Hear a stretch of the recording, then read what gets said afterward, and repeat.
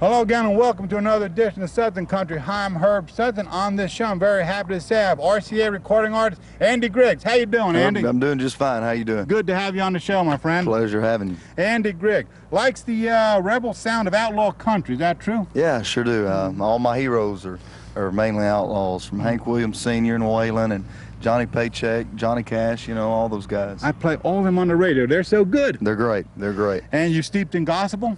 Yeah, actually, man, you know, I was raised listening to gospel music also. I used to play with the gospel band.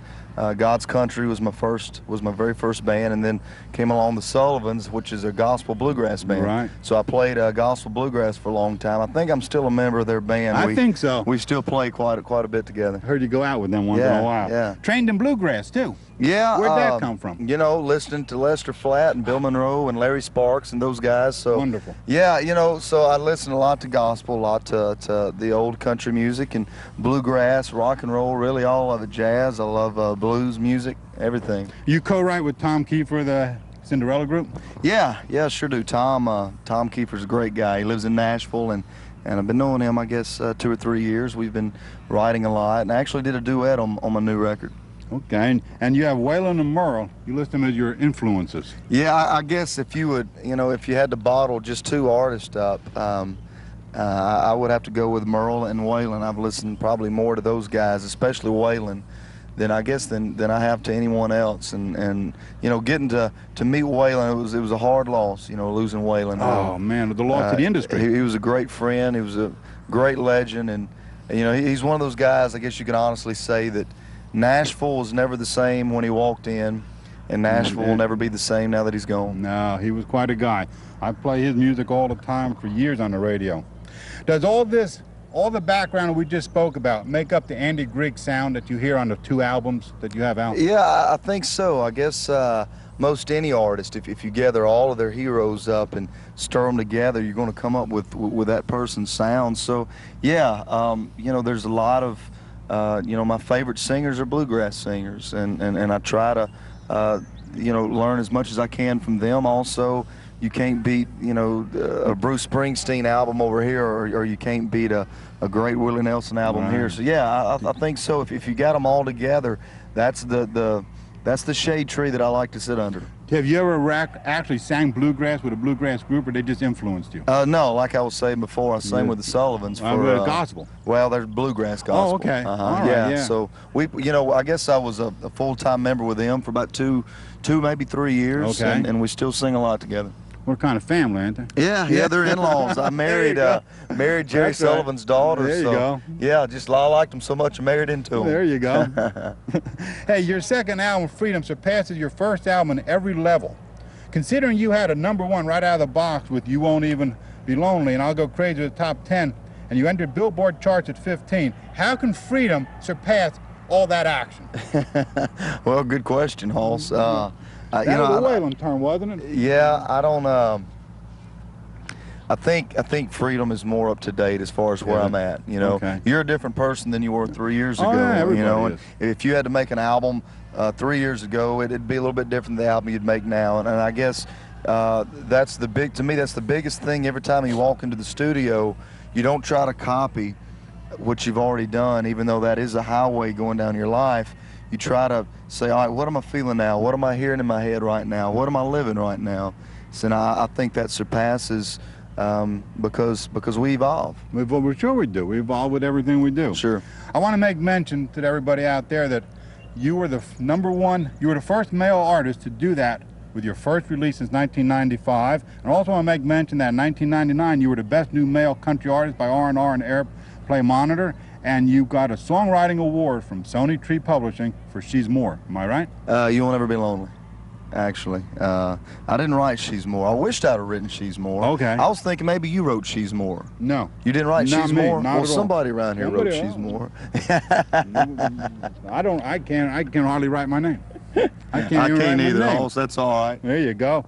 Freedom has a song titled Someone Like Me. Do you want to explain what that has a little personal meaning? Yeah, Someone Like Me is a song that my late brother wrote, and he wrote a lot of gospel songs, and his name was Mason Griggs, and you know, I think my whole life, my career is dedicated to him, and I had a chance to sit down in the studio. I've always wanted to record some of his music, and this the very last song on the album. I turned the lights out, ran everybody out of the studio, hit the red button, and sat down on a stool in the dark and played a gospel song called "Someone Like Me." And yeah, so I kind of finished it. You know, I laughed and I cried, and I listened to it back, and I said, "That's it. That's the way that I want to close the album." So I'm very, very, very proud of that. You should be. Do you have to live your songs? I think everybody has to live their songs, even if you don't write to a them, certain extent. You have to live that. Well, because you're going to be lyrics. married to the song, whether you wrote the song or not. You're going to be married. You're going to be married to it. So, man, I'm not saying that, you know, man, if the song implies, you know, drinking, if you're not a drinker, that's okay. But the whole style of your music, I think if you don't live it, then you're probably singing a lie. What was the problem with Waiting for Sundown? The storyline? You had a little problem with actually relate to it. Well, yeah, actually, you know, Waiting on Sundown was about battered women, and that's why I recorded the song. And we do a lot for sheltered, you know, battered women or children that's been in abusive situations. And yeah, we tried to release that, and I think it was a little bit strong for radio, because it is a strong song. Is it? So yeah. So man, there's a lot of things that radios, you know, man, a lot of times they can't play something that's really too tough. I know, that's sometimes it crosses the border, it pushes the envelope for radio airplay. Sure. Freedom is a little bit more extreme. What a little more old country, a little bluesier.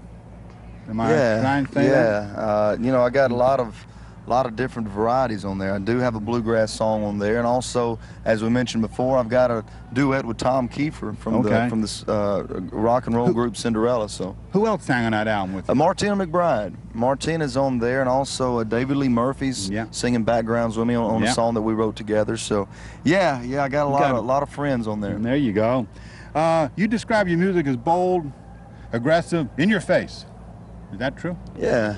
Okay. I think, you know, I like to play and I like to sing songs that are really upfront and demanding, you know. What is so hard about making an album? Is it a difficult process to make an album? Yeah, it is. To make an album, I guess it's trying to find that perfect song, that perfect production, that perfect guitar lick. Then once you have that, then you want to try to do as best of a singer on that song as you can.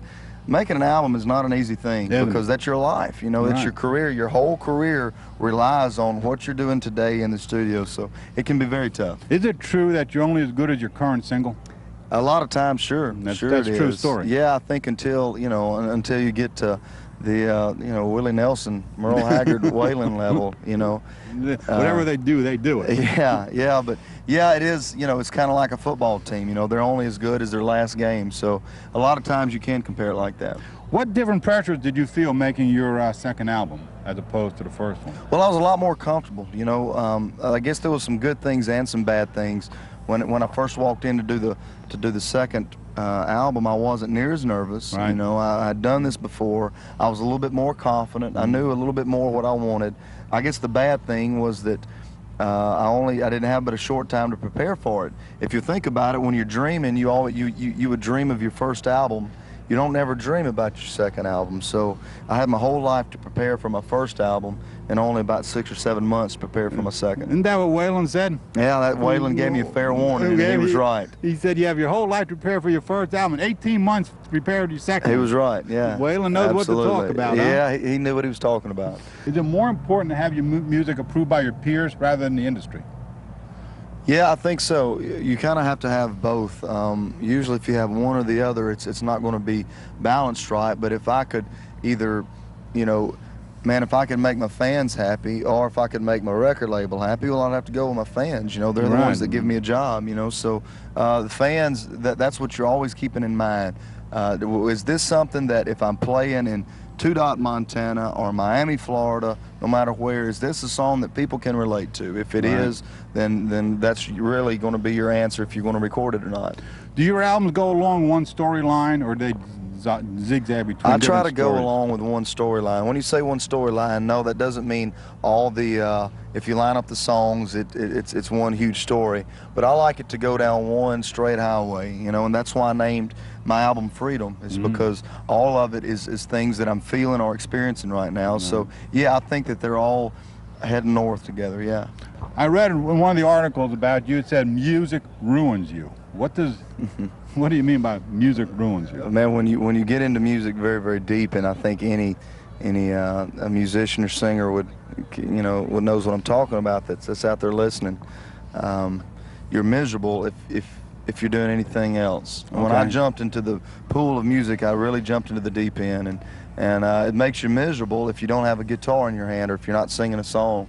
So that's what I meant. And my brother first told me that. He says, it'll ruin you. It'll ruin you from everything else that you love. And it does. It really does. You're not happy if you don't have music around you. When you were working all the odd jobs, you kind of was thinking music the whole time, huh? Yeah. I even got fired from that's right. I got fired from a place in Louisiana. That's where I'm from. And I was working at a Shell station, and it would get really, really dead late at night. So I'd bring my guitar, and I was playing, and my boss fired me over that, so I'm glad I didn't listen to him. I'm glad he fired you. You'd probably be pumping gas somewhere today. Probably so. Or working in Sam's store, one of them. Yeah, I was a forklift driver at Sam's Wholesale Club, and also worked at a greenhouse for a long, long time. You were kind of fixing to hang out at Sam's Club for a while, weren't you, before you got into music? Yeah, actually, I've been working at Sam's for 3 or 4 years. Yeah. Sure. I read an article. You made an awesome preacher for the. You were a youth minister, and you were a pretty good preacher in the early days. Yeah. Back home. Man, back home, I was a youth pastor for about 2 or 3 years, and that's probably the best thing that I felt like I've ever done. I think it helped me more than it did the young'uns. It sure did. When did you start believing in yourself as a vocalist? Sometimes I still don't believe. You don't in believe? I don't think I'll ever get to that day where I'm a fan of myself. No. How did becoming an entertainer change your life? Well, it changed your life, in every aspect. They say, how does your life change? Well, it changes everywhere. You're not home. From financial means to time with your wife, or the things that you love to do, your hobbies, hunting, fishing, whatever, your relationship with your friends. There's a lot of things that you just try to manhandle, and so they won't get out of control. And the biggest things in my life that I will work on really hard to keep it the same is my relationship with God, my relationship with my wife, and my friends. My close friends, and they stay away from the music industry. Yeah, and so do I. When I'm with them, I'm not an entertainer. Right, you're Andy Griggs. Exactly. I'm the guy that likes to go fishing with you, or I'm my wife's husband. And that's the way I like to keep it. When you first got to Nashville, you got hooked up singing demos, and you got hooked up with Mindy McCready as a female duet partner. Did you ever record with Mindy? Yeah, actually, we did a couple of demo songs together. No, nothing released. When I moved to Nashville, she had just moved to Nashville, and we ended up getting under the same management umbrella. So, yeah, we worked quite a bit here and there. Who would be your dream duet partner? If you had to come up with a duet partner to sing with, who would be the ideal? I guess someone alive, huh? Well, let's go both. We can, Well, now, if you're saying anyone that's ever sang in the history of I'd country have to go with Hank. I mean, how cool would that be to go sing with Luke the Drifter? To be on a track of his, yeah. Yeah, Luke the Drifter was quite a guy. He yeah, he was. Got his problems. Hey, you were part of the class of '99. How did that differ from the class of '89? A lot of class of '89. A lot of country music singers came out of that. Man, there's probably 7 or 8 singers that are still around today that came out in 1989, and I think it was the same with '99. There's a lot of folks. It was myself, Brad Paisley, Phil Vassar, Montgomery Gentry, Sarah Evans. It was, and the list goes on. And I think even Keith Urban is out of '99. So yeah, we're all kind of like a team. What was the single most thing that you would attribute your debut success to? You had to think back to your debut success with that first album and being #1 out of the box and all that. What do you think would be the one thing that you can finger to say that was a success? I'm not real sure if you can put it on one thing. Okay. RCA is a great label. They push really hard. Man, my management team, my band, all the way down to my house. I guess I'd have to thank the Lord. Man, I think when you try to just mention one thing, you know, the Lord's will is always the strongest. Always. Sure. You're right there, Andy. I agree with you. Waylon was an influence. You wrote a song about, had a Waylon feeling called "I'll Go Crazy." How does Waylon's influence differ you from Merle's influence? Well, Waylon's a little bit more rugged to me. He's a little bit more of an outlaw. Waylon said what he felt a little bit more. And as far as what I gather from Haggard, he's just one of the greatest singers that ever lived. He's you know, they call him the common man's poet because, you know, he's one of probably the greatest songwriter ever. And you know, so I think comparing Waylon and Merle is like apples and oranges. I gather different things from both of them. Didn't you listen to Merle at home a lot? Yeah, sure did. Yeah, well, he was an influence. That "Sing Me Back Home" was absolutely a big influence on you. Yeah, sure was. What song did you sing when you won for your record deal? I heard a little story. It's funny when I came in. You know, everybody waits on that chance to go to a record label and sing a song. Absolutely. You know, so you're applying for the gig, and instead of singing, you know, a commercial radio sounding song to them like everybody does, I sang an old song called "Arms of Cocaine." I know. And it's a Hank Jr. Song, and basically the reason I did that, I wanted him to really see exactly what I was about, and if he was going to say yes, I wanted him to say yes to the real you, to the real me, and if he said no, then he would be telling the real me no. But I didn't want to sing him anything that I wasn't interested in, to where he still didn't really understand what I was about. You know, I admire your honesty, Andy, on that one. You participate in any benefits like Fishing for Cure and all that? You're a fisherman. Yeah, we do quite a, you know, we do a lot of things. I mean, I love to fish. I've even got a bow. I'm setting up a bow tournament, an archery tournament for a fan.